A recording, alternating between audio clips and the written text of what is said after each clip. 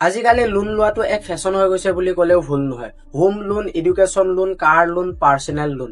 মাৰ্কেটত ইমান প্ৰকাৰৰ লোন আছে, মাত্ৰ আপুনি আপোনাৰ অসুবিধা কওক তাৰ ওপৰত আপুনি লোন পাই যাব। এইটো ভাল হৈছে যে বহু কোম্পানীয়ে ঋণ লোৱা প্ৰক্ৰিয়াটো বহুত সহজ কৰি তুলিছে। কিন্তু ঋণ লোৱা লোকৰ ভিতৰত কিমানে এইটো ভাবে যে ঋণ পৰিশোধ কৰাটো কিমান কঠিন। 2023 চনৰ এপ্ৰিল মাহৰ পৰা 2024 চনৰ ফেব্ৰুৱাৰী মাহৰ ভিতৰলৈকে আমাৰ দেশৰ জনসাধাৰণে প্ৰায় 15.3 লাখ কোটি টকাৰ ঋণ লৈছে। এই তথ্যৰ অনুসৰি আমাৰ দেশৰ 68% লোকে ঋণ লয় যদিও পৰিশোধ কৰিব নোৱাৰে। 2021 চনত ভাৰতবৰ্ষত প্ৰায় 6 কোটিতকৈ অধিক লোকে ক্ৰেডিট কাৰ্ড ব্যৱহাৰ কৰি আছিল। কিন্তু সেই নম্বৰ এতিয়া বাঢ়ি গৈ 2025 চনত 10 কোটিতকৈ অধিক হৈছেগৈ। আৰু এয়া কেৱল দুখীয়া মানুহৰ বাবেই নহয়, ধনী মানুহৰ বাবেও ঋণ পৰিশোধ কৰাটো বহুত কঠিন। এটা সময় বিশ্বৰ 6 নং ৰিচমেন অনিল আম্বানীয়েও লাখ লাখ টকাৰ ঋণ লৈ নিজকে দেউলীয়া ঘোষণা কৰিবলগীয়া হৈছিল।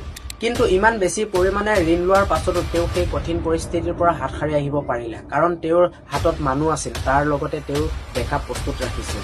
কিন্তু তেনে কঠিন পৰিস্থিতিৰ পৰা হাত সাৰিবলৈ আপোনাৰ হাতত বেকআপ প্ৰস্তুত আছে জানো?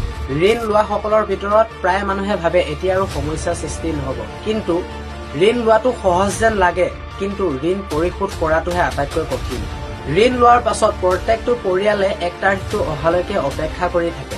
আৰু 1 তাৰিখে যেতিয়া টকা হাতত পৰা হয়, তেতিয়া ফাৰ্ষ্ট টাইম একো নকৰা আগত EMIৰ বাবে টকা কেইটামান তাৰ পৰা এক্সট্ৰা কৰি থয়। কিন্তু এটা কথা ভাবি চাওক, যদিহে প্ৰত্যেক মাহে 1 তাৰিখে অহা সেই দৰমহাটো বন্ধ হৈ যায়, তেতিয়া কি হ'ব বাৰু?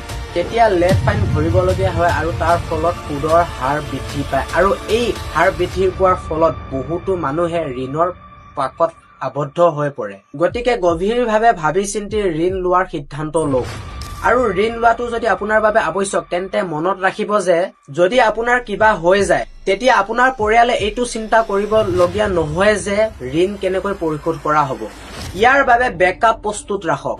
আৰু আপোনাৰ পৰিয়াল ভৱিষ্যতে সুৰক্ষিত থাকিবলৈ সময়মতে টাৰ্ম ইঞ্চুৰেঞ্চ কৰি লোৱাটো জৰুৰী, অৰ্থাৎ সময়মতে লাইফ ইঞ্চুৰেঞ্চ কৰি লোৱাটো জৰুৰী।